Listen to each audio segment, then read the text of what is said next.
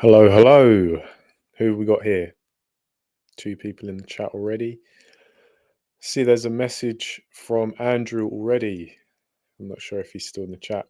He says, notice White giving it all that fake roadman talk at the presser today. Where was that energy for the Fury fight? Well, that's an interesting comment. Yeah, I did notice it, Andrew. I think uh, I wouldn't say it's fake, just considering White's background, the kind of upbringing he had and area he comes from. I wouldn't say it's fake. Selective, maybe.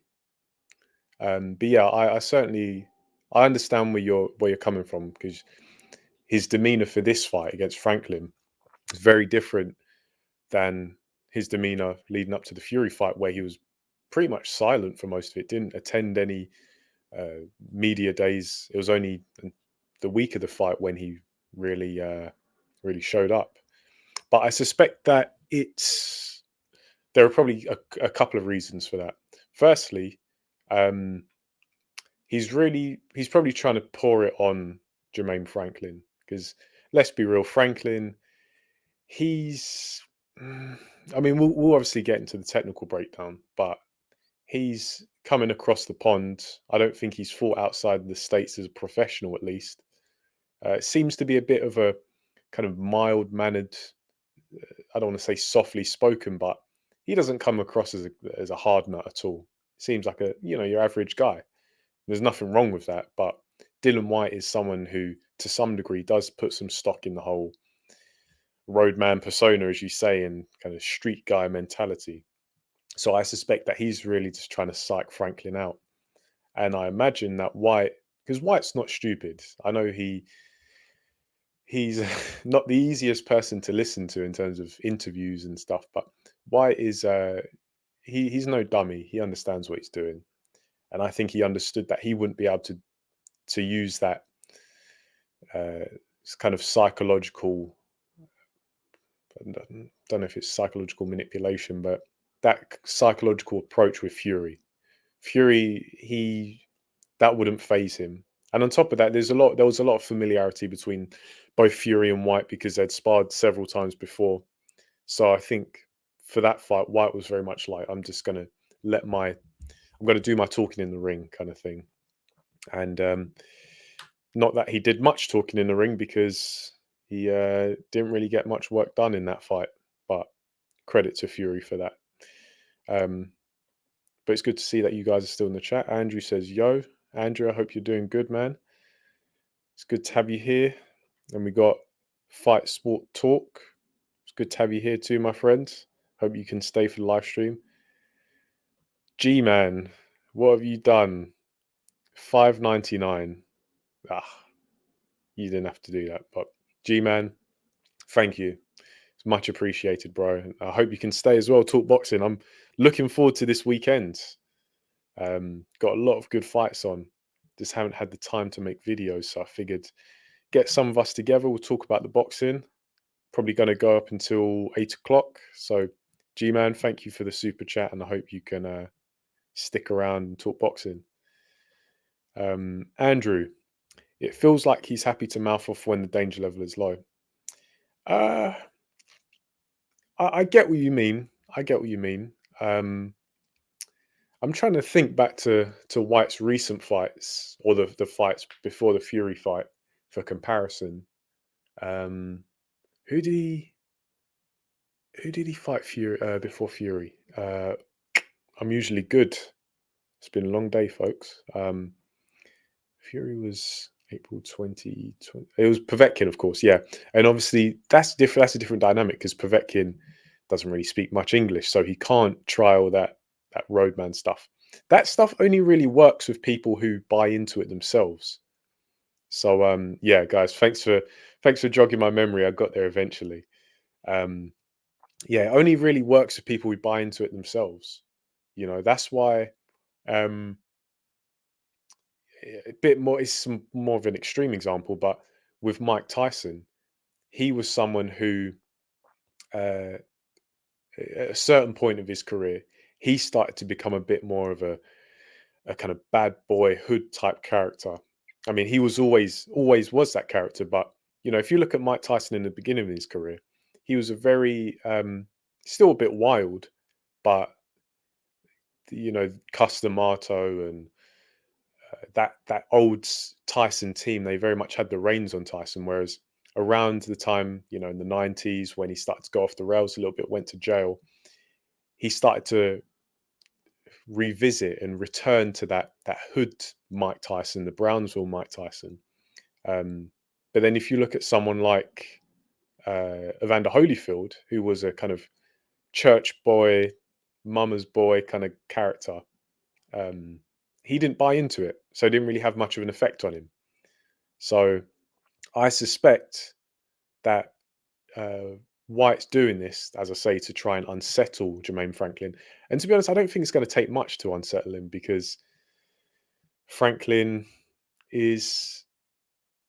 I said this in my review of the face-off between Whyte and Franklin. Franklin, he didn't look completely overwhelmed to me, but just the look in his eye and his kind of mannerisms, he didn't look particularly comfortable. So I think it is already getting to him somewhat. Will that mean he loses the fight? Not necessarily. By that token, am I picking him to win? Nah, I'm not. Yeah, we'll get to that, because G-Man's given his assessment of Franklin, so we'll start talking about that in a bit. Andrew says salute to all in the chat. Yep, salute. We got 7 people, and we're already 8 minutes in. I think that's a record for my live streams. So 8 now. Oh, it's good. Yeah, I hope you guys can stay and talk boxing. Iron Fist, greetings, my friend. Hope everything's well. Looking forward to Dillian's return. Yeah, I am too. Dillian, for all his faults, he is an entertaining fighter. If you put aside the Fury fight, which spectacular knockout of Dillian Whyte really didn't do much. Other than that, there was the Hellenius fight. That wasn't the best fight to watch. Maybe some others, but for the most part, Dillian Whyte's he's in good fights a lot of the time, because he typically takes on good, sturdy fighters. But also Dillian Whyte as a fighter himself, in terms of his style, he's someone who is always going to lay it on the line, which is what you can really ask for in a lot of cases. But yeah, Dillian Whyte has got some good offensive weapons. Or I probably shouldn't say that, the algorithm. But yeah, Dillian Whyte's got some good offense. I don't think Dillian Whyte gets a lot of credit for his skills, particularly his catch and counter, his punch technique can be quite good sometimes. I know when he misses, he turns into a spinning top a lot of the times. But Dillian Whyte's a good fighter. He didn't get where he is now by not being a good fighter, so it's definitely good to see him back. G-Man, yeah, let's start talking about the fight itself now. Franklin looks awful, mate, from what I've seen. I understand what you mean. I've seen a bit of Franklin. I was actually watching the Ryder-Parker fight, because not that they're entirely the same, but I think there are some parallels between the style of Dillian Whyte and Ryder-Parker. They're both quite long-armed. I want to say loose styles. I think Ryder-Parker's a bit slicker than Dillian Whyte, because Dillian Whyte's, I think, naturally bigger, not as well coordinated. But there's a similar kind of style there. And look, guys, I didn't watch the entire fight, but from what I saw, which was a sizable chunk of the fight, maybe most of it, Ryder-Parker was doing well in that fight. Like against Jermaine Franklin, Ryder-Parker was looking like the mustard. He was looking like decent. But then you consider Ryder-Parker fought James Toney in what, 2003, 19 years ago. So going to points, I think it was a 12-round UD that Jermaine Franklin won over Ryder-Parker. That's not great form. That's not good. But then when you look at it, you're like, you know what? Jermaine Franklin isn't bad. I know G-Man thinks Franklin looks awful. I get it. I think he looks all right. I think you can see that there's some polish there. This isn't just some slouch.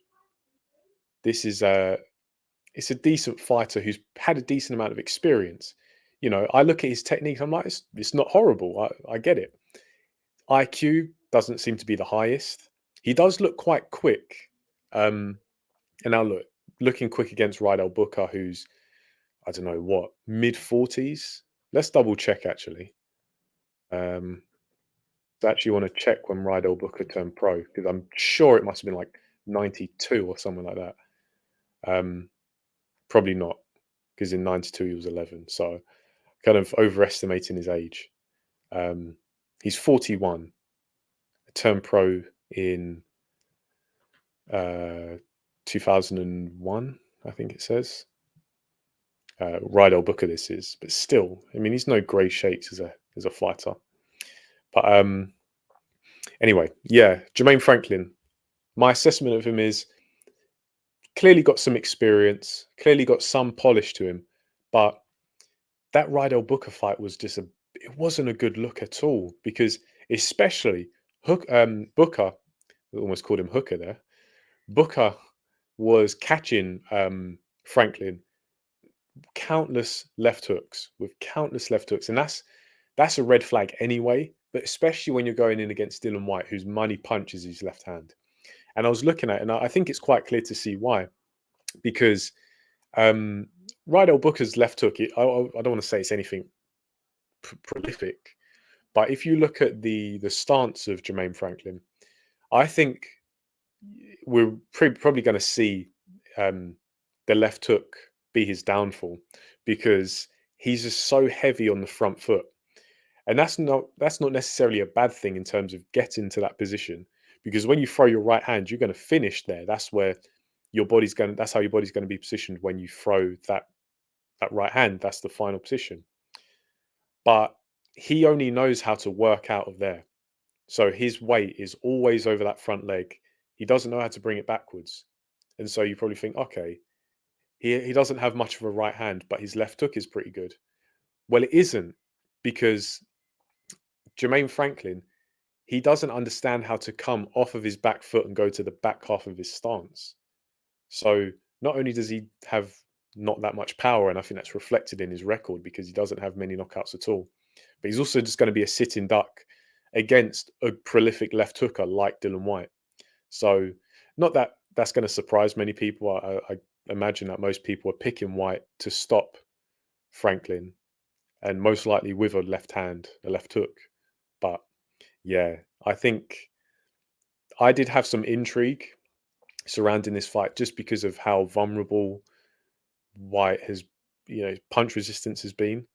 But I think from a stylistic point of view, this is going to be a fairly routine run out for Whyte, and he'll probably get the job done within 3. If it goes past 3 rounds, I'd be near certain that he's carrying Franklin.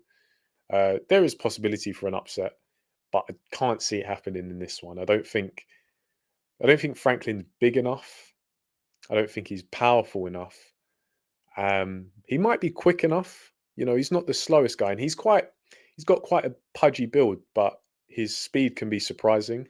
But he doesn't really have much power. And I just think stylistically, he puts himself and he keeps himself in a position where Whyte will be able to capitalize big. So yeah, first prediction, I'll be going for Whyte knockout within 3. I'm probably going to pick the 3rd round as well. Maybe even 2 or 3, I'll say. So yeah, first one down. Fight Sport Talk. Whyte won't be fighting for the belt again. Yeah, I don't think he will, because if he wins this fight, which I think he's expected to, say he fights Joshua next year, I don't think he beats Joshua. I think, to be honest, I may be wrong, but I think a rematch with Joshua would be even more one-sided than the first fight. I don't see how at this point Dillian Whyte beats Joshua. I could understand how he could, but realistically, I couldn't see it happening, even though Joshua's in a bit of a bad place, or certainly not a good place right now, because his confidence must be at an all-time low. But I think he's just developed much more than White has. And White's had a good development trajectory, but I think Joshua's has been a lot bigger since they first fought. And yeah, Joshua doesn't have the best chin, but White's chin right now is just, it's so suspect, and seems to have a particular weakness to uppercuts. And Joshua has got a decent uppercut, just ask Vladimir Klitschko, who, we've all seen the memes where someone stretched his head out like, I don't know, um, like there was one meme, and someone made Klitschko's neck like 12 feet after that Joshua not uppercut. See, there's a Joe. I've just seen your super chat. Thank you, Joe. He says, "Big up Outmatch, spread the word." I can't see it on screen though. Here it is. Yeah, here we go. Thank you, Joe. That's much appreciated. I'm not sure if my live streams are worth the fiver, but it's greatly appreciated, as I say, and it's good to have you here. We're just talking boxing. I don't know how much you've heard, but I'm going for White in rounds 2 or 3 against Franklin. So we're gonna progress through the fights of this weekend. Just get some comments, but yeah, fight sport talk. I agree. I can't really see any realistic route. I say the only chance that White at least fights for a belt would be against Daniel Dubois, and that's not really a world title, is it? It's just WBA regular. But yeah, if he's going to get his hands on a belt, it'd be that one. I don't think he's going to. I don't think he'll want to take a backward step to European level and win that one. So yeah, the most realistic is WBA, and even then, could Dubois beat White? That might be a 50-50. I don't know. G-Man's got his flights booked for Yard Beterbiev 26th till the 31st. It's good news. I'm happy to hear it. That's good. That's definitely a fight worth traveling for, I think. I don't know if you guys saw my video, but I'm buzzing for that fight. I can't wait. Speaking of which, the tickets go on sale. When is it? On Saturday? I believe it's Saturday. So G-Man, did you get press access? Let me know. Andrew asking if we're going to get some G-Man boxing interviews. Yeah, definitely. Maybe an interview with Anthony Yard, interview with Beterbiev. But I think you might have to brush up on your Russian, G-Man. I always forget how to pronounce your name exactly, but it's Kivya. Kivya, right? Correct me if I'm wrong. But hey, Outmatch, thanks for keeping objective. A lot out here, a lot out there are still simping for Matchroom. Yeah, I don't get that. I think you guys, by now what this channel's all about. I just say what I see. It's not about any allegiance. It's not about any bias or anything, because like I understand human beings have biases towards people who resonate with them. That's human nature. Like, I'm not condemning anyone for it, but my channel is about presenting you guys with as objective as an opinion as possible. So I just can't allow that to get in the way. And on top of that, I'm not the kind of person where things, I'm not influenced by these things a lot. People who know me in my personal life, they know I'm not someone who holds back on critique. Like, you could be my best friend or my closest family member, and if you do something that warrants criticism, you're going to get criticized for it. So I don't find it that difficult to criticize people who I don't know. And it's always going to be fair. Like, I'm not going to poke fun at people for falling short. Like, that's not it's not me. We can still have a laugh and some banter on the channel, but it will always come back to the objective assessment.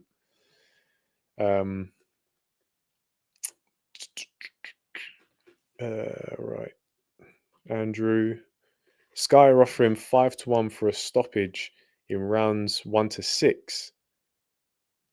Really?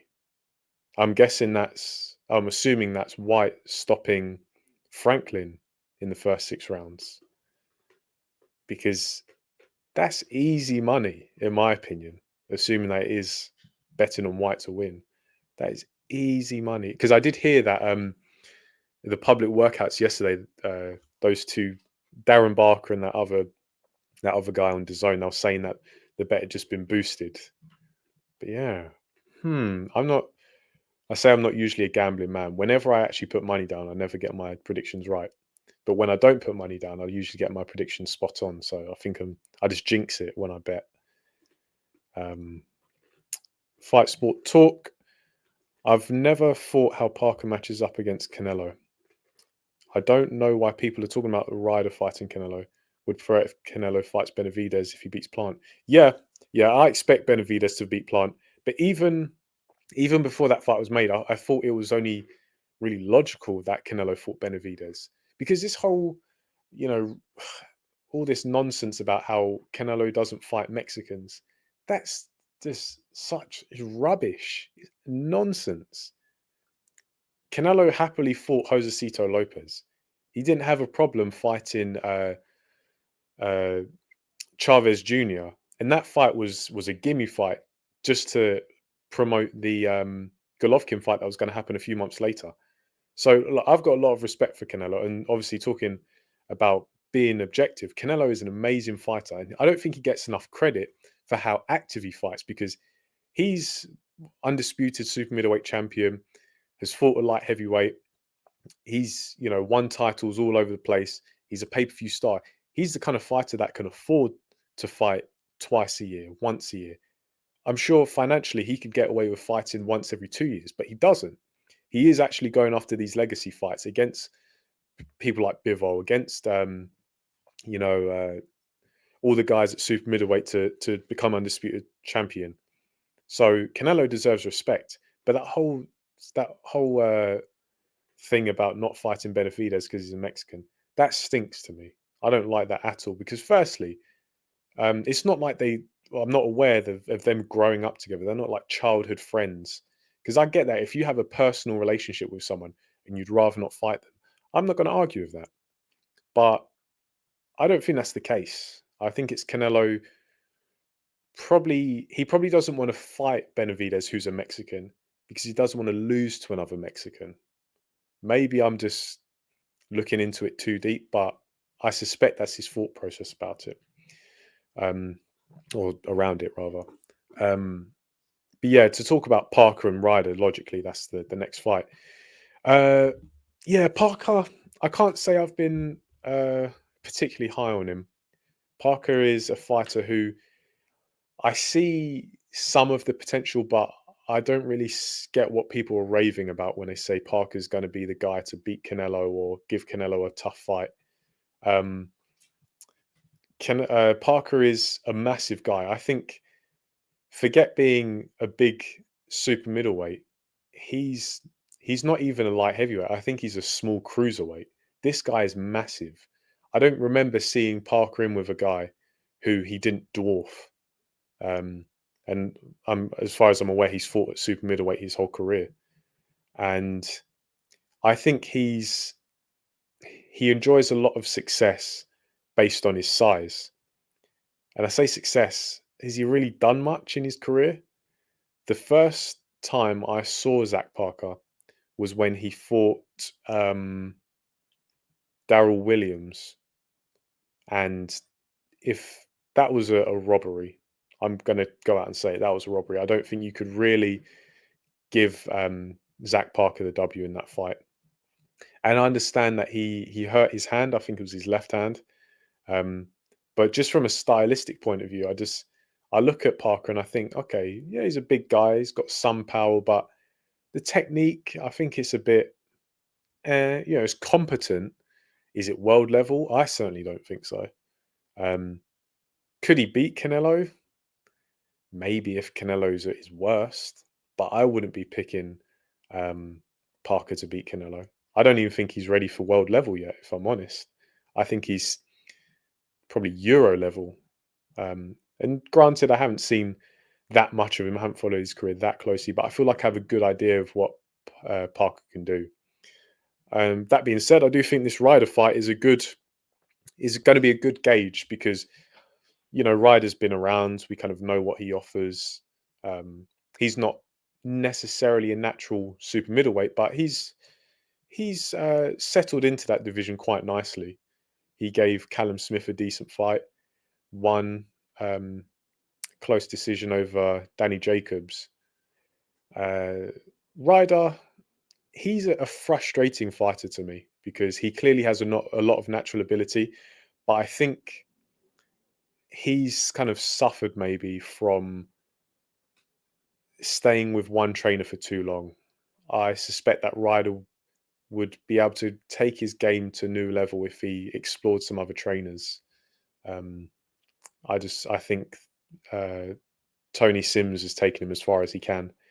That being said, Ryder's still a handy fighter, especially when he gets up close. He's got some very neat, tidy and compact shots. But long range, I think he's just a bit too inactive. Not that Parker is the most dynamic at long range either. But I think where his size, because he's not, I don't envisage that Zach Parker is going to give up the ring like Callum Smith did. Because that really was a bizarre sight. Callum Smith being this absolute mountain of a man at super middleweight and just conceding every time and just going back to the ropes where Ryder can capitalize and go ape on him. Obviously Ryder's nickname is the Gorilla. I don't think Parker's going to do that. I think Parker's has a bit more audacity. I think he's a bit more rough and ready than Callum Smith. A bit more assertive, and he's not going to allow Ryder to get that forward momentum. And he'll probably, I have a feeling that Parker might get the stoppage. I think he might just be able to land enough on Ryder so that Ryder's kind of accumulating damage over the course of the rounds, because Parker's just massive. He's a big guy, and I don't think he's the most prolific puncher, but I think just because he's so much bigger than his opponents that they really can't afford to take the punches from him. So I might revisit this one, but for now, my gut's telling me that Parker probably wins this by stoppage in the mid rounds, or maybe just after, like 7 or 8. What do you guys think? TMT says hi. Hello, my friend. Good to have you here. Andrew asks, does Gorman have a chance? Yeah, I say he's got a chance. Does he have a big chance? I don't know. That's a lot of the intrigue. That plays into a lot of the intrigue regarding Fabio Wardley. He is so inexperienced.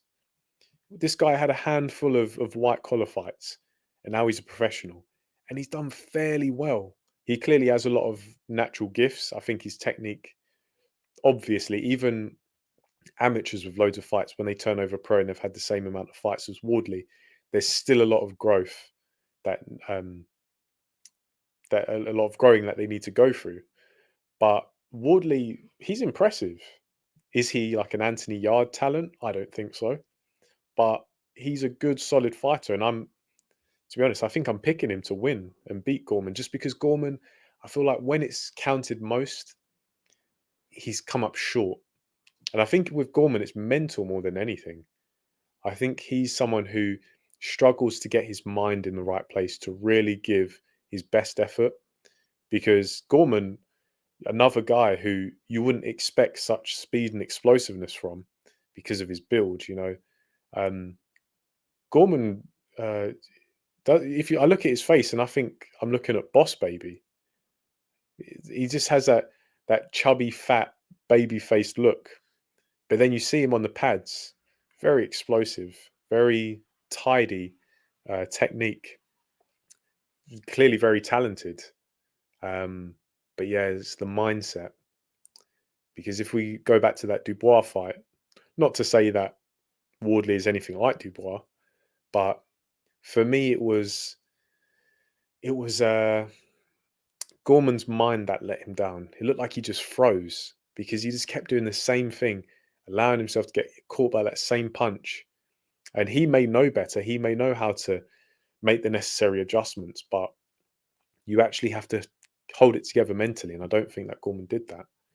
So I don't really have that much. I don't really have that much faith in Gorman going forward. I have to be honest. Cloud Strife says, can't see Franklin avoiding a big left hook for 12 rounds. Yeah, neither can I. I don't even think he's going to be able to avoid it for a few minutes, let alone 12 rounds. So, yeah, I certainly agree with that. It's funny, Cloud Strife. I know you like to frequent the live streams these days. I was actually took a trip down memory lane and I played a bit of Crisis Core earlier just to see like the gameplay and whatnot. So yeah, a little bit trivia there. I do like that game. Joe, White's punch resistance looks shot to bits, but I don't think Franklin's the man to exploit the cracks in the armor. Yeah, exactly. Yeah, I agree, Joe. As I was saying, when the fight was first announced, I mean, the fight was first speculated last year, and I was thinking, Jermaine Franklin, who? Uh, but when it got announced, and obviously White had been knocked out by Fury earlier this year, I was thinking, could this be the final nail in the coffin for White? But the more I've watched close to the fight, and the more I've seen of Franklin's demeanor, I'm thinking, nah. White is there for the taking, but I don't think it's going to be. I don't think it's going to be Franklin. So yeah, I agree with you that one. Dillian would need a lucky punch. Is that against Joshua if they had a rematch? Yeah, I mean, not necessarily a lucky punch, but I just don't see how. If you look at the first fight, Joshua kind of not presented that opportunity for White. Well, he kind of did because he was so reckless. Just came in swinging right hands. White used the catch and counter and caught Joshua. But yeah, I don't see Joshua fighting that same way if they had a rematch. I'd still don't mind that fight though. Joshua versus White 2. Mr. Relax is in the house. Good to have you here, my friends. He says, hi, Outmatch. Who you got? Gorman versus Wardley. I'm going with Wardley. I'm not sure about the result though. I might have to come back to that, but I'm slightly favouring Wardley. I have to be honest. He's inexperienced, but I think he's got enough to beat Gorman. As I say, Gorman's mindset doesn't fill me with confidence. Andrew, yeah, I can think of a few channels. No names though. A few channels that what? I'm a bit behind the comments. I'm losing the conversation trail. 11-4 for White rounds 1 to 4. Okay. I'd expect better odds, to be honest. £50, £187. Okay. I'll check them out. Yeah, but as I say, I try not to bet these days because whenever I do, my predictions just get turned on their head. Iron Fist says, never heard of Parker before Andrade was supposed to fight him. Yeah, Parker's been around for a little bit. I think that Darrell Williams fight was, when was that? Either 20, I think it was end of 2018. Let's check actually. Let's have a look. Because and it wasn't that, as I say, that was the first time I saw him, and I wasn't impressed, to be honest. Because I and myself and many people felt that he lost that fight. When was it? Darrell Williams. Yeah, so it was November 2018. And he won a split decision over Darrell Williams. And Darrell Williams hasn't actually fought since, because that was meant to be his big break, because there are a lot of sponsorship deals on the line. And Darrell Williams, bit of a kind of working class guy, didn't have an amazing amateur background, was really an area level fighter for most of his career. And then had this chance at the super middleweight, the British super middleweight title against Parker, and was just horribly robbed. That was on the undercard of one of the WBSS fights. I think it was Donaire versus Burnett, and Josh Taylor was on that undercard as well. I remember it was really good. I think it was streamed to YouTube as well. I think that was one that was streamed. So yeah, Parker. I don't think he's any great shakes. Andrew says Parker would get splattered by Smith at light heavyweight. I'd expect that. I think he'd put up a decent effort, but eventually Smith would get him out of there. Smith is a good puncher. Seems to be getting a lot of knockouts these days. Yeah, I don't see Parker as anything special. Kivya, I listen to channel and they literally defend everything Matchroom do, even Ben, and all I can think is they're trying to get a job. Hard when your channel is not growing. Yeah, I see that. You know, early on when the Conor Benn scandal broke, I was sitting on the fence just because it was so early. I did the video on Conor Benn, coming up hot. I did like 4 minutes after the news broke. So I was kind of on the fence, and a lot of people kind of getting at me like, "Oh, he's clearly been cheating. How can you not come out and say it?" I was like, "This news broke a few minutes ago, but obviously since then you find out more and more and more."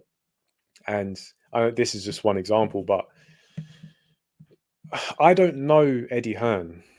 I don't know Conor Benn, or I don't know people at Matchroom. I've met Barry Hearn a few times, had some good chats with him, but I don't know these people. They're not people close to me, so I'm not going to defend them. All I'm going to do is present what I believe to be the truth, based on evidence and facts. So, yeah, I get what you mean, though. Some people, they're not in it to be honest, let's say, or present an unbiased opinion. As you say, they're in it to get views, maybe get some momentum on their channel, some traction, get picked up by DAZN or wherever, Sky, I don't know. But I can go without that, to be honest. So we'll see. Maybe when I reach 10K, 10K subs, I'll sell out. Obviously not. Joe says, I see Parker possibly stopping Ryder on his feet, not unlike the Nick Blackwell fight.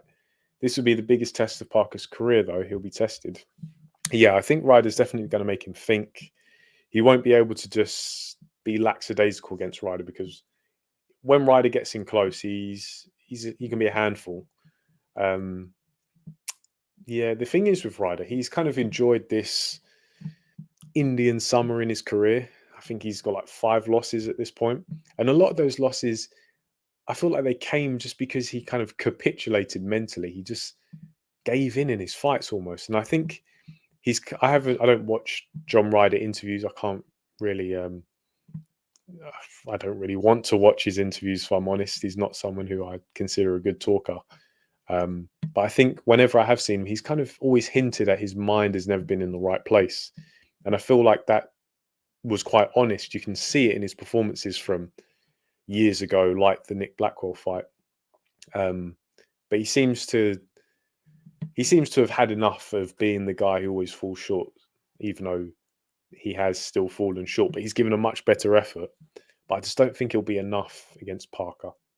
I think Parker's just too big, too strong, like Carl Froch. Iron Fist. Gorman cares about burgers and beer more than boxing. Yeah, it certainly looks like it. I was watching the public workouts yesterday, and I could see Gorman's gut through his t-shirt. So you can tell he's a Fury relative, because he's built like 250 odd pounds of chewed bubblegum, as Hatman would say. That cracked me up when he said that. Looking like chewed bubblegum. G-Man, sorry, a bit behind.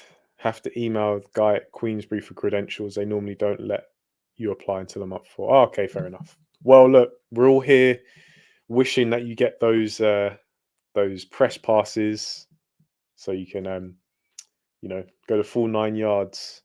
But I'm sure you will. I'm sure you will. Just don't be too harsh on the old fish eyes with the pay-per-view prices of Fury versus Chisora 3. How dare they? I don't even want to do a video on that. That's disgraceful. How dare they? It's abysmal. It's abysmal. Andrew, yeah, there's one channel in particular who can't get off. Okay. All right. Are we we're not mentioning any names though, are we? I don't know. Well, the only channels I watch are Boxing Brotherhood channels. G-Man, Hatman, Chris Andre, Boxing on the Edge. Other than that, or Joe's videos, pretty much everyone who's present here. Who else? Because these days I just have such little time to watch boxing, let alone watch videos about boxing. So I really just stick to watching the videos of people who I know. And obviously some people will say, "Oh, but then that's just an echo chamber." I don't think so. Me, G-Man, Hatman, Chris, Henry, Boxing on the Edge, we've all been on live streams at the same time and had disagreements. So I feel like there's enough variation there. I can't. Yeah. Only so many hours in a day, people. G-Man, Gorman is lazy, lacks motivation, mindset, hence why I'm picking Wardley. Yeah, I feel the same. If Gorman was switched on, I could see how stylistically he could give Wardley trouble. But yeah, Joe says it as well. Gorman has skills, but not enough discipline to maximize his talent. I think Wardley might come from behind and outlast. Yeah, I tend to suspect the same, Joe. I have to be honest. I think Wardley might start a bit tentatively just because of the speed and power and the size of Gorman, because I don't think Wardley's that big. What is he, like 6'4", 6'5", maybe? But he's not a big 6'4" or 6'5". He's quite almost slender in his build, but he's very athletic. So I think that's going to help him out a lot. Iron Fist. Why is the Whyte-Franklin fight 12 rounds? What's the point? I honestly think it would be better for any non-world championship fight to be 10 rounds. To be honest, I don't have a problem with it being 12 rounds. I suspect it's 12 rounds just because when you're fighting at potentially for an eliminator next or a world title next, it's really just for the sake of consistency. If my next fight or the fight after that's going to be a 12 rounder, I may as well get 12 round fit now. See what I mean? So yeah, I get it, but at the same time, I think it's just standard. I wouldn't think about it too hard. G-Man Boxing. Yeah, it was that undercard. It's come back to me. I think Josh Taylor was fighting that American guy, Ryan Martin, the really shredded black American guy who just completely folded in that fight. He couldn't handle the spirit of William Wallace in Josh Taylor. Mr. Relax, I only simp for Cyclone Promotions and Satanta Sports. Well, look, Mr. Relax can't hold it against you. If there's any promotional body you're going to simp for, it'd be those two, obviously. No, I miss the Satanta days. That whole period in boxing with, when was it, like 2008, David Hale on the main event, George Groves on the undercards, the Satanta logo. Oh, I mean, it obviously fell flat on its face, but that time in boxing, I don't know, it had a certain charm about it. I think it was British boxing in particular. I look back at that time with such fond memories. Kiva says There is a channel I watch that will remain nameless. Nice guy, but hard watch. I feel bad for him. He made one Ben video defending him. Never mention him again. Tete fails a test, and he has a go at. Yeah, I don't get it. Has a go at people for saying Ben is a cheat. He's only got 330 subs and started around the same time as you, so says it all. Yeah. To be honest, I feel like that's the thing. If you have a biased channel, you're gonna get a, a dedicated following of people who share that same bias. Whereas with a channel like mine and the other guys, because we're unbiased, we kind of get left out in no man's land for a large for most of the time, actually, because you kind of get attacked by everybody's group of fanboys. Like, I've been attacked by Fury fanboys, I've been attacked by Joshua fanboys, I've been attacked by Usyk, even Ruiz fanboys.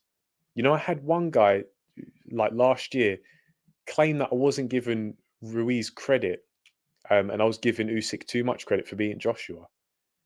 Like, who has Ruiz fanboys attacking them? But I did. So when that started happening, I was just like, okay, I'm doing the right thing, because nobody's seeing me as some I don't know, cheerleader for their favorite fighter. So yeah, I'm on the right track, I think. Andrew saying no names. Fair enough. Fair enough. I did a video on the Fury Chisora pay-per-view fast. My head nearly exploded. Yeah, I think I caught a bit of that a couple of nights ago. Yeah, oh gosh. Not only is it pay-per-view, I mean, we knew it was pay-per-view, which was bad enough, but a pay-per-view, a new high, they've bumped the price up for this. Honestly, it is. I'm actually speechless. What is it? 26.95. 26.95. You know what? I don't even know if I'm going to watch that fight. Well, I'm not going to watch it by illegitimate means on the night, because I hate navigating those sites. But even the day before, I'll probably make a video on it, maybe. But it's just like, what? Ugh. Ugh. That's all I can do. Ugh.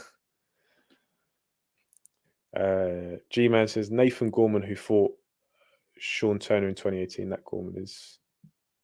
I don't think I remember that fight. Sean Turner's big sexy, isn't he? No, I have seen that fight, but I just can't remember it. Andrew saying that it's a bargain. Pull the other one, Andrew. Don't try that here. We've got a Tyson Fury and Queensbury shill in the chat saying that it's a bargain. You know, if that fight was free on terrestrial TV, I probably wouldn't even watch it. I'd I don't know, I'd do something else. I'd actively seek another activity.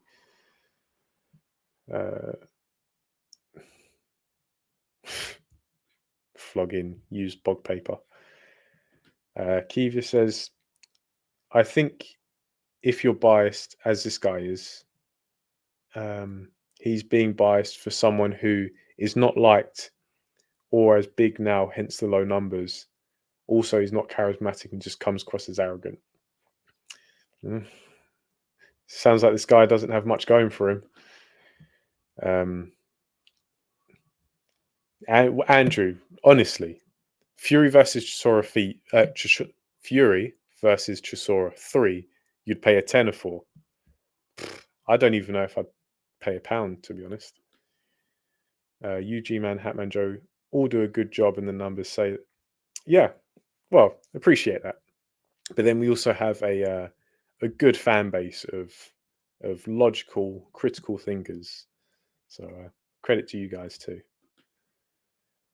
G-Man, I'll be watching for free. We'll do a review. That's it. Yeah, maybe a review if something happens. But yeah, I don't think I'll be doing a prediction. Is there any point doing a prediction? I certainly don't think so. Andrew, the first and second Chisora fights weren't pay-per-view, so how can a dead rubber contest? Yeah, exactly. That's it. There's, in my mind, there is no way you can justify this being pay-per-view. You just can't. It's a third fight in a rivalry, if you can call it that, where one guy has just dominated. And now one of them is riding the crest of a wave, the guy who was on top. And the guy he's beaten twice is on his way out. So the gap has gone even bigger. It just doesn't make sense. It doesn't make any sense. Best I've seen Gorman on the Fury comeback undercards. Was that the Seth Safuri undercard? Seth Safari? Can't really remember. Fury is a man of the people. Some man of the people, lol. Overcharging fans just coming up to Christmas. Well, yeah, exactly. A lot of people have pointed that out. Mr. Oh, if me and Joshua are going to fight, it has to be for free. No pay-per-view, no gate revenue. All that waffle. But at the end of the day, you just have to vote with your pocket. If you disagree with it, don't put your money into it. Simple as that. Would be funny if Chisora pulled it off. Funny, yeah. Would it? It'd be overwhelming, I think. Not because I don't want to see Fury lose or anything. I'm not a Fury fanboy, but just because it'd be so surreal. If that happened, I'd honestly be walking around Sunday in a daze. That would be just bizarre.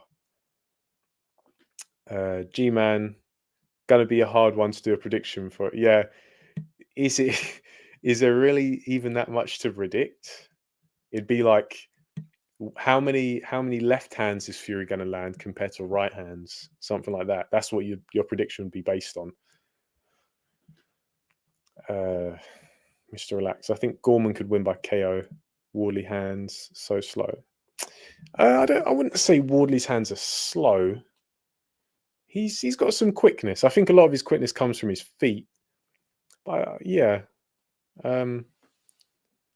if Gorman stopped Wardley, I'd be a little bit surprised, but just because I don't expect Gorman to be on point.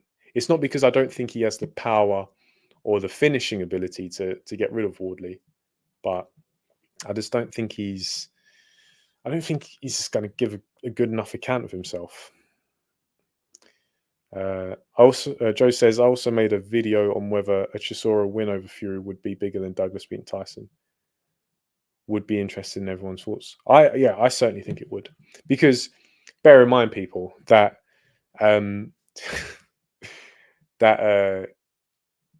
Douglas beating Mike Tyson was nearly a decade before I was actually even conceived. So I'm looking back with the greatest amount of hindsight. But I look at Buster Douglas in that fight, and he was really firing on all cylinders. And yeah, I have to agree. If Chisora beat Fury when is it, next weekend, I'd be rethinking my entire existence, to be honest, because I'd just be like, everything up to this point has been a lie. What's going to happen next? Is my head just going to spontaneously combust? Because that'd be just bizarre. It'd be insane. Truly. So yeah, I certainly think, maybe not from a betting perspective, in terms of odds, but I think it would be a bigger upset. G-Man, Kelly versus Williams the night before. Oh, so is that Friday the 2nd? Because that's on Channel 5, isn't it? Definitely watching that. I think Williamson is gonna fill Kelly in. Pause. Yeah, I think I'm picking Williamson in that fight. Joe says, talking about World Cup. Sorry, guys. You can't talk to me about football. That'll have to be amongst you guys because football just goes over my head. G-Man says, I'd literally walk around in a daze trying to comprehend what just happened. It's only, uh, yeah, you'd be questioning reality if Chisora won. That's how unlikely it is. It's just, I don't even want to think about it because it gives me anxiety. Andrew says, I predict Fury will sing American Pie afterwards. Yeah, yeah. Obviously, in the lead up to Christmas, singing American Pie. Oh, pay-per-view worthy. I think it's going to be embarrassing when they're at Tottenham Hotspur Stadium and it's like half full. Can you imagine? Like the time of the main event and then there's just massive patches of empty seats. Because, and I'm not exaggerating, but if I was approached in the street by some Queensbury reps saying, "Oh, tomorrow night there are plenty of tickets, free ticket to Tyson Fury versus Chisora," I'd be in two minds whether I was going because I think, oh, Saturday night, I could stay in, watch watch, I don't know, a movie with the missus, get a takeaway. Honestly, I'm not exaggerating. It's not hyperbole. I'd actually be probably more inclined to stay in than receive a free ticket and go and watch that fight. That's how I feel about it. Uh, Joe says, chop each round into 30-second chunks and see how many Chisora wins. I'll bet it's not many. Yeah, I agree. I agree. Chisora at this point has just been reduced to a crab without the shell. Don't ask me what it means, but that's just what I imagine in my head. A crab because he closes up and trudges forward, but at this point he has no punch resistance. So he's just like the soft flesh of the crab that can just be squashed. Mr. Relax says, I meant his hands are low. Yeah, okay. Yeah. Yeah, I was thinking Wardley's not slow. But yeah, he's a bit of a risk taker. And yeah, I think it's going to be thrills and spills with Wardley because if he goes in with a puncher, and especially a puncher who's got a decent chin and is around the same height as him, which that sounds like the perfect storm, but at heavyweight, it's not that difficult. You've got likes of Joshua and even Dubois, guys like that, big, tall guys, decent chins, good power. I think that's when he's going to come undone. But against someone like Gorman, I don't know. I think Gorman's got a hand speed and he's got some decent foot speed of his own, but he just doesn't apply it as well as you'd like to see him.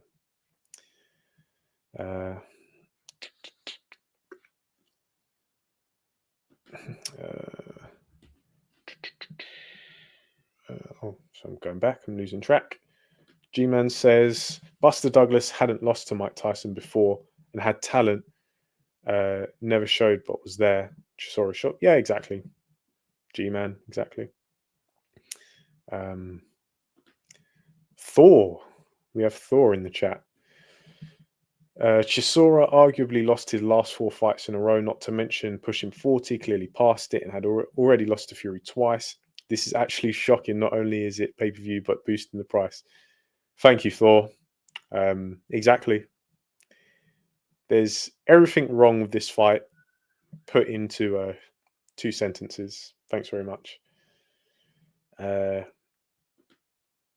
Ruiz fight, against Joshua was surreal.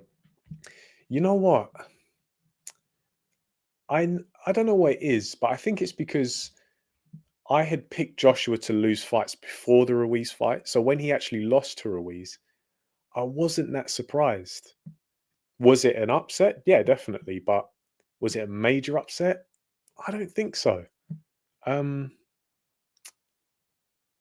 Yeah, it was because I remember I didn't watch the fight live, but I watched the replay in the morning without knowing the result. And when it was all unfolding, in terms of Joshua being knocked down, like hit with that shot, again knocked down, I didn't. it was weird. I wasn't jumping up in the air thinking, oh, what's happened? I was just like, oh, okay, Ruiz got him. It's super strange. But I think maybe part of me subconsciously, even though I picked Joshua to win that fight, maybe subconsciously I was thinking, nah, he can very well lose this fight. And I think that's kind of why I wasn't so surprised, because deep down, I'd already internalized it happening. I think Williamson will knock him out too. Yeah, I've never been impressed with Josh Kelly. Never. You know, he's kind of athletic, kind of powerful and quick, but never never been sold on him. Joe says it's very hard to explain to young people just how unbelievable the Douglas win over Tyson was. I woke up the following day literally wondering if I dreamt it. Yeah, don't get me wrong, I can certainly imagine, because if you look at how Mike Tyson is perceived now, I'd say that in terms of boxing, especially younger generations, they have a much higher opinion of Mike Tyson than they do of even Muhammad Ali. That's what I've observed people around my kind of age bracket. Not that they don't like Ali or they discredit him. They have a lot of admiration for him. But with Mike Tyson, there's just a different kind of fanfare. So when that's now that he's been retired for what, 17 years. If you go back to his prime in the late 80s and 90s, when Tyson mania was just at, through the roof, I don't get me wrong, I can 100% understand how it would have felt seeing Douglas beat Tyson, because even I know how extreme the Tyson mystique was. People actually thought that Mike Tyson was just invincible.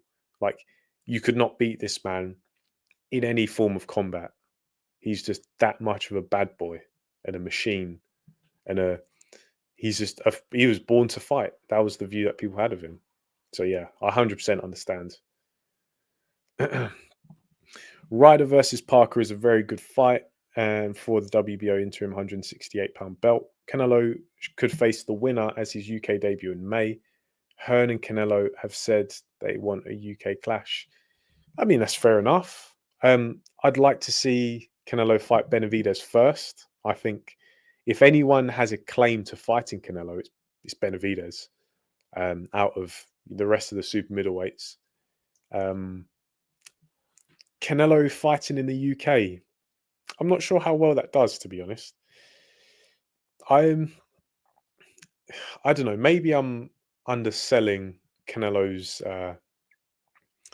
drawing power, but a lot of people look. I don't think casual fans really know who Canelo is in this country. Um, you get some boxing fans who they're kind of like not hardcore fans, but they're not casuals. They're kind of in between. Like I don't even want to call them hardcore lights. They're like uh, intermediate intermediate casual fans. They watch a bit of Canelo sometimes, and they look at his highlight reel where he throws all the combinations. But I don't. I think if Canelo's going to be fighting in the UK, I think it'd have to be in like O2, like a 20,000 person capacity arena. I don't think Canelo sells out stadiums in this country. So if they're hoping for big dollar over here, yeah, you better hope that it's coming from the pay-per-view. And even then, are people even going to pay pay-per-view to watch Canelo in this country? Especially if it's against someone like Zach Parker, or John Ryder. Neither of them have particularly big fan bases. I know Parker's got somewhat of a fan base is he from like Derby or Derbyshire or someone like that? But yeah, John Ryder's fan base is what?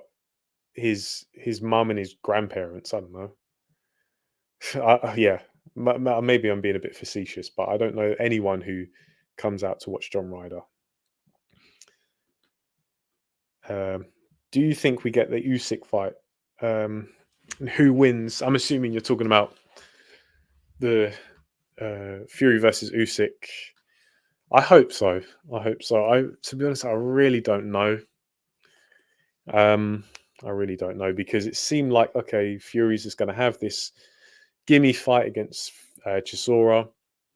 Usyk's going to get ready over Christmas, and in the new year, February, March, we get the undisputed fight. But now it looks like there are going to be mandatories enforced and that kind of stuff. So I really don't know. In terms of who wins, I mean, if you want my honest opinion, even though the fight isn't signed or anything like that, it doesn't even really seem close, to be honest, at this point. I've never picked against Tyson Fury, to give you some context. But I think I might have to pick against him this time. And I know Tyson Fury is a magnificent fighter, a generational type heavyweight. But Usyk, I think it just comes down to styles. And I know a lot of you guys are probably picking Fury to win. I 100% understand. I'm not picking Usyk with a lot of confidence, but I feel like a lot of Fury's recent performances have flattered him.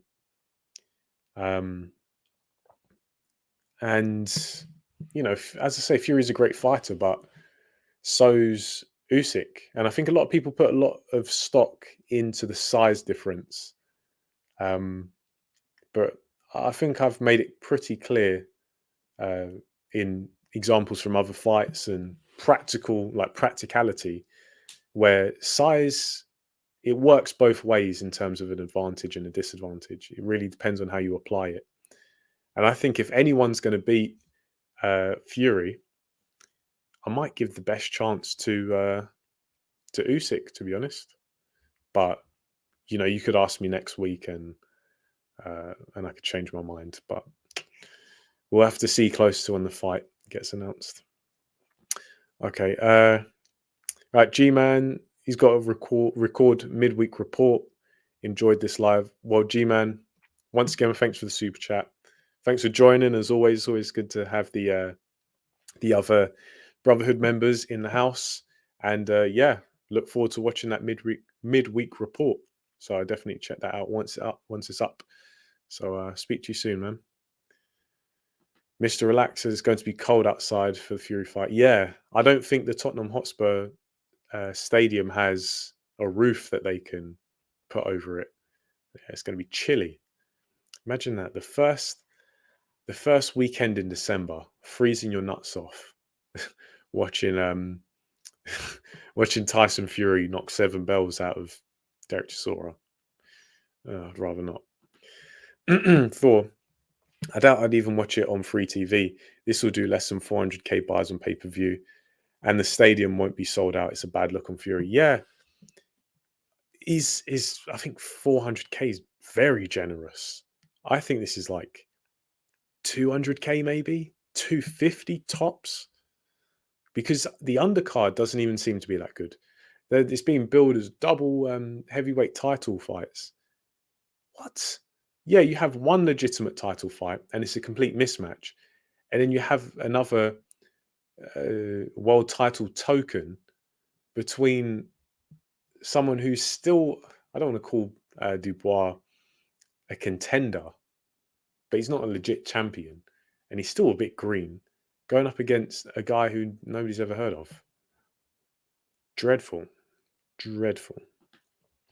Andrew asked, does AJ lose again?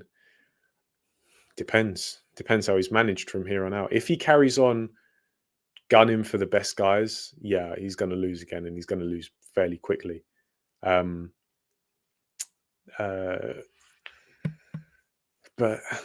you know, who would beat Joshua at this point? Because I think Joshua beats Whyte. Usyk's beaten him already twice. Fury would probably beat him. However, I don't think that's I think depending on if Joshua is able to get back any kind of form, he gives a good fight to Fury. But yeah, I mean, it's the nature of it. I definitely think AJ's still a standout fighter. I'd pick Wilder to beat him at this point as well. So yeah, I think AJ does lose, but he probably gets some good wins on the way as well. Just depends on who he fights, what direction they take him in. Michael Reed, good to have you here. Just hearing that Craig Richards was pulled out due to injury. What do you think of? What do we think of the undercard now? Is it still a strong lineup? I hope that's not true because I was looking forward to that fight. It's I think with the Richards fight, it could be considered a strong lineup. Without it, it's like an okay lineup because now, in my opinion, if that fight's off, the Richards versus Bolotnik's fight, it's really just the main event, and then the Gorman versus Wardley, which is it's okay, probably worth a watch, but yeah, the rest of the fight, I was kind of it was alright, it was alright. Thor says, I'd say Canelo versus Eubank Jr. could sell out 40k in stadium in London, especially if they have a good build up and undercard. Lomachenko and Golovkin sold well in the UK. I'd say Canelo versus Eubank Jr. is bigger. That's a good point. Yeah. Yeah. I think Eubank Jr., he's got a decent following, especially off the back of the whole Ben situation. Yeah, I didn't think about that. That's that's a good point. Yeah. But just bear in mind that Lomachenko and Golovkin, both of their fights over here took place in the O2 as well, which, as I say, is a 20k capacity. But maybe we'll see. Yeah, I'd like to see that. I'd like to see Canelo fight Eubank Jr. over here. That would be, yeah, I'd be up for that. Thor also says Fury's toughest tests are Usyk and Joyce at heavyweight, and also a rejuvenated Joshua. These three are the biggest and best fights out there. Yeah, I agree. I actually agree. I'd say out of those three, maybe Joyce has the least chance. Not that he's got no chance, but I think out of the three. But then Joshua, that's assuming that he gets a lot of momentum back and gets some form.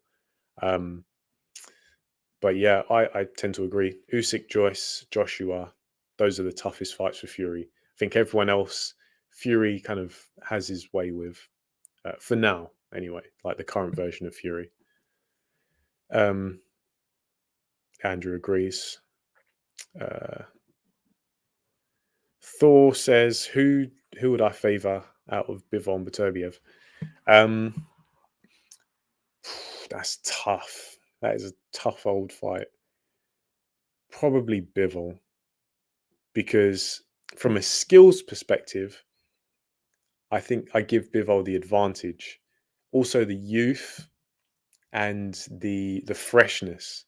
Beterbiev, for his age, he's quite well preserved in terms of miles on the clock. In terms of like damage from fights, he hasn't taken that much at all. But his age is starting to mean that he's more injury prone during training and stuff. But he's still a monster puncher.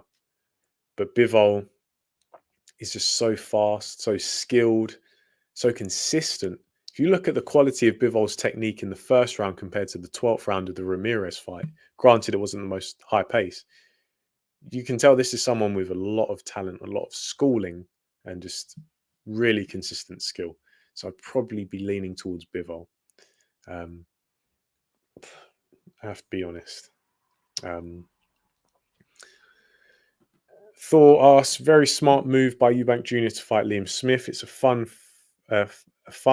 fan-friendly fight on a big platform, Sky. If Eubank Jr. looks good, he'll set up a mega fight with Golovkin, Canelo, Ben Jr. Yeah, I think it's a good move as well because Eubank Jr. has gained a lot of fans after the whole Ben saga. And, I don't have an issue with that. I think it's only really logical, to be honest. He did everything he was supposed to. So it'd be a shame if he didn't fight before the year's over.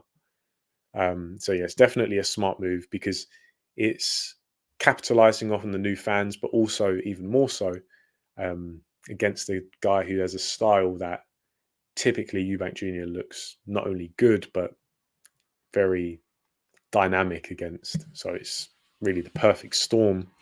That being said, Liam Smith would be probably the best pressure fighter that Eubank Jr. has ever faced. So you might give him some competition spots, but for the most part, I would just favour Eubank Jr. And yeah, a Golovkin fight afterwards, I don't have an issue with that. I'd probably still pick Golovkin to win, as I always have done, but we never know. Eubank Jr., I think he's still improving. Yeah, not the finished article, but I think he's still improving. He just needs to get a move on and make sure he actually fights. He's been fairly inactive over recent years. All right, last question, because it's probably going to be a long one, and I only wanted to go up until 8 o'clock, assuming that you guys are in the same time zone as me, but it's been a good one. Top 5 favourite boxes to watch currently. Top 5. First one that comes to mind is Nick Ball, is he a featherweight? The short Scouse featherweight. I really like watching him. I think he's a really good fighter. Very entertaining, very explosive. Almost like a midget Mike Tyson kind of guy. So check him out in case you don't know him. He actually fought on the Fury Whyte undercards and he stopped Isaac Lowe brutally. Completely just iced him. Who else? I'd say Joe Joyce. I've enjoyed watching Joe Joyce since he's turned pro. One of my favourite fighters to watch. That Parker stoppage was just, it was brutal, but I had to watch it on repeat. Terence Crawford. I like Crawford. I also like Errol Spence too. So I probably won't include those in the top 5 because I like them about the same. I'm trying to really think of standouts. Joe Joyce, Nick Ball. Who else? Probably Lomachenko. I still like a Golovkin fight as well. Who else?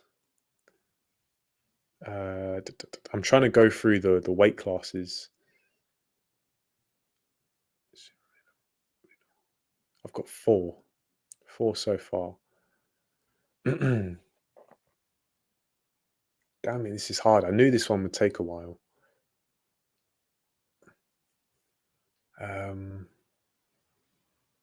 Regis Prograis. Yeah, those are my 5. Nick Ball, Joe Joyce, Lomachenko, Golovkin, Regis Prograis. I don't think they're invincible. I'd quite easily pick against them in the right fight. But in terms of entertainment value and the styles, I really like those 5 guys. Just the way they fight, the movements and how they move, and the way they break opponents down. That's yeah, I like that. All right, guys. I'm going to call it time there. I feel like we've had a good chat about some of the weekend's fights. I know I did this live because I didn't have the time to do individual videos for each, but I should have enough time to do reviews, so Whyte-Franklin, Ryder-Parker. And so I guess I'll speak to you guys when those videos are uploaded in the comment section. But for now, thank you to you guys for tuning in and joining me on this cold, wet and windy Thursday evening. Thank you for all the guys who donated and super chat. It's greatly appreciated. And of course, you guys who take the time to stay here and chat boxing with me. It's greatly appreciated as well. So hope you guys enjoyed. I'll catch you in the next one. Enjoy the rest of your evening and have a good weekend, people.